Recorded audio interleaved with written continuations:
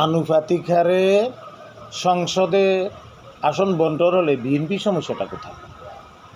নির্বাচনে যদি প্রতিদ্বন্দ্বী প্রার্থী অল্প কিছু ভোটের ব্যবধানে হেরে যায়, তারাও তো বিপুল সংখ্যক জনগণের ভোট পেয়েছে।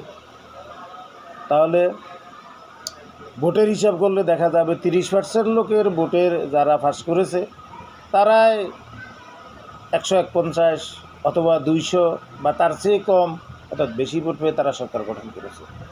কিন্তু যারা তার সাথে একটু কম ভোট পেয়েছে তারা হয়তো অল্প কয়েকটা আসন পেয়েছে, কিন্তু জনগণের বিশাল জনগণের ম্যান্ডেট তো তাদের প্রতি রয়েছে। আনুপাতিক হারে সংসদে আসন বন্টনের অভাবেই জনগণের সঠিক প্রতিনিধি বা প্রতিনিধিত্ব যে সরকারে থাকে না, এই জন্যে ফ্যাসিবাদ বা স্বৈর সরকারের সৃষ্টি হয়, আওয়ামী লীগের সৃষ্টি হয়েছিল বা এর আগে যারা তারাও করেছিল। কেউ করেছে ওই ভবন, কেউ করেছে এই ভবন, কেউ করেছে বাতাস ভবন, কেউ করেছে জনভবন।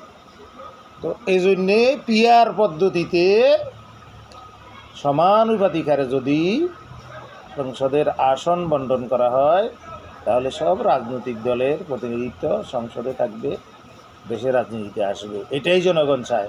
আবগাব গাছ গাছ আলটু ফালটু ফজলু ফজলু ফজা মজা হাব্বা মাব্বা সালাদিনা, এদেরকে জনগণের সাইজ করতে হবে, জনগণের প্রতিনিধিত্ব কার্যকর করতে হবে।